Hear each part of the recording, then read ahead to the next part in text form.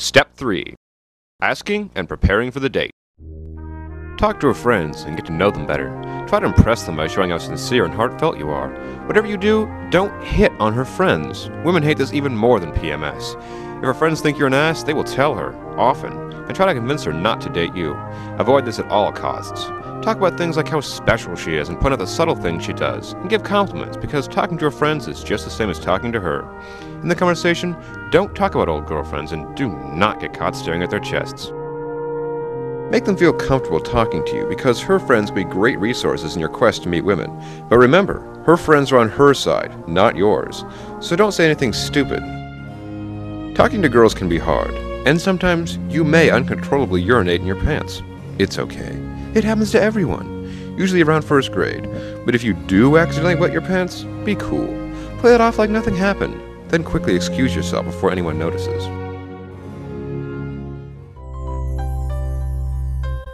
Asking girls out can be very nerve-wracking because women can be subtle and tricky, and they go to the bathroom in herds.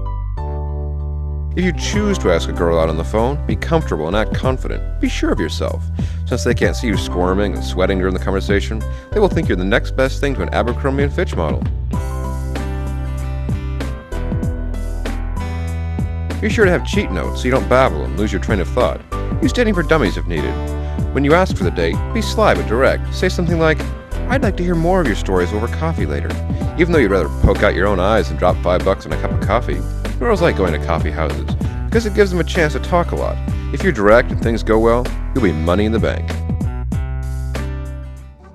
If you decide to talk to the girl in person, put on deodorant and wear a nice shirt. Try to match your eye color if you can. When the girl opens the door, be cool and collected, and try not to pee your pants again. When she's talking, give good eye contact. Even if you don't care, retain at least enough information to be able to throw back a few intelligent sentences regarding what she was just babbling about. Give subtle compliments and comment on her smile and her eyes. When you ask for the date, show confidence as though you haven't had to watch this video to get help with meeting women.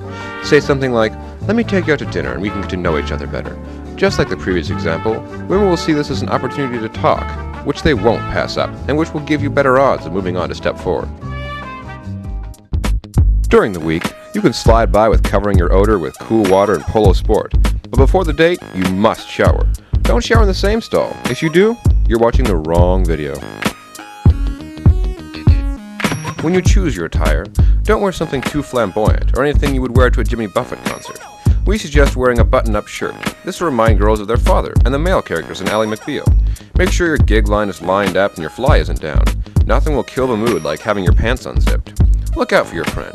Make sure he hasn't spilled anything on his shirt and he doesn't look like a doofus. With the exception of Tom Selleck and Sean Connery, women typically don't like facial hair on men, or at least the stubble you've been trying to grow into a goatee. Make sure to floss your teeth, use some hair gel if you like, and do not forget deodorant. We suggest Old Spice High Endurance Sport.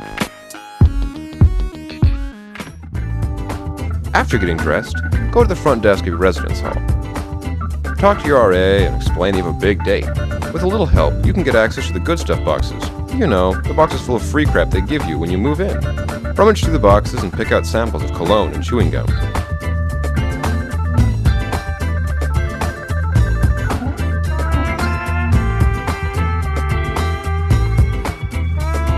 When you get the cologne, put it on your clothes and neck. Use a lot of it. After all, it's free. Who cares? This will make you smell like those fold-out cologne ads in the magazines and have the women fawning over you all night. Before you embark on your date, think of something relaxing that brings you pleasure and makes you smile. How can you guys not like Christian? He's so hot. Oh my gosh. He's way better than all of those guys from NSYNC. He even reads Chicken Soup for the Soul. Yeah, I'm hella dumb, yo, but I still know Christian is the man with the ladies. You know what I'm saying? Word, Puffy. I would be all over Christian if I weren't married to Tim McGraw.